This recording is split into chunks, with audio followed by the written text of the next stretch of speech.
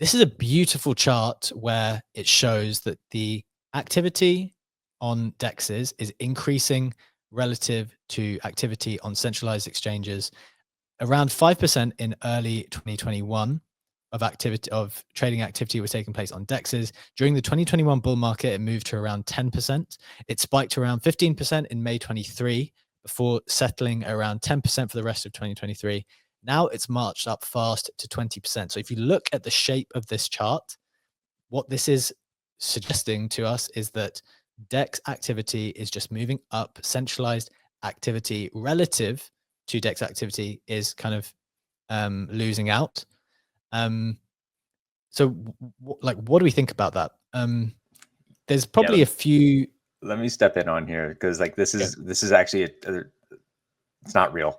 Yeah, it's not real, but it's not real in the sense like it is actual volume. It's not real in that it's organic because over the last two. So at the end of December, you guys may have remembered a long time ago on Solana, the guy Stack Overflow worked for Pump Fund.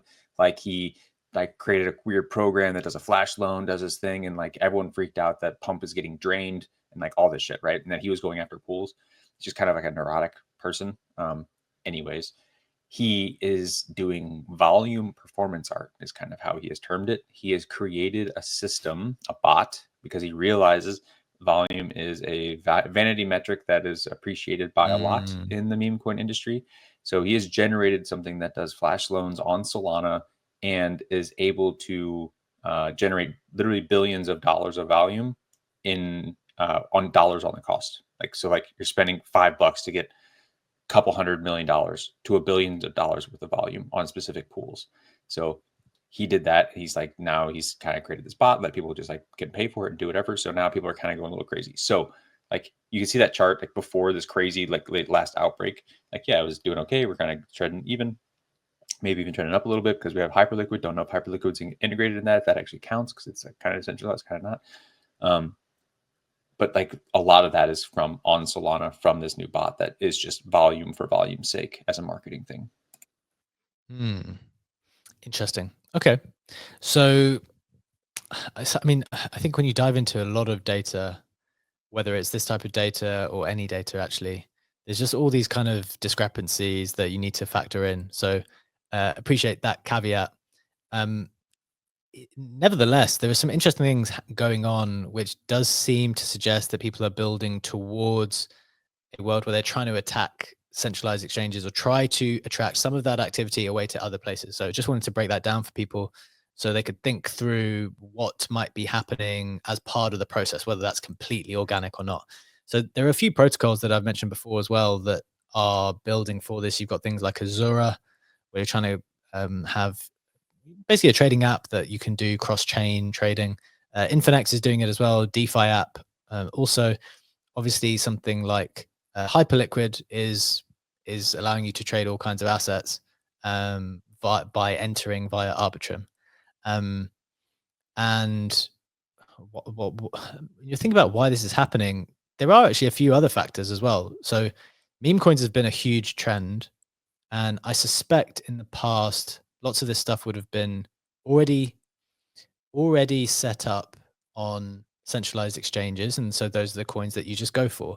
Whereas now you just have all of these new launch mechanics where stuff's just going live all the time, and so a lot of trading activity is just happening on Photon, on Jupiter, on BullX, all of these places, because even on the base side, like Clanker, I think is the way people are launching these meme coins on base. So there's like a fundamental reason as well why people are not using centralized exchanges, because the coins that they want to trade are just simply not there.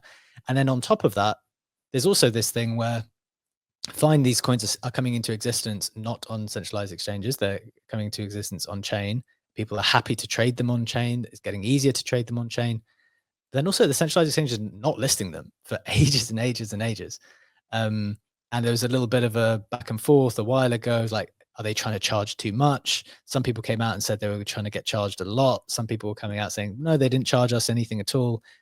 Kind of an opaque process as to how to get these things listed. So there's something going on there as well.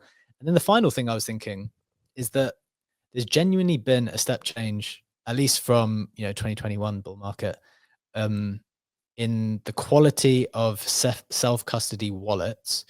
Like MetaMask still is really, really difficult to use. And for some reason, I feel like it's deteriorating sometimes.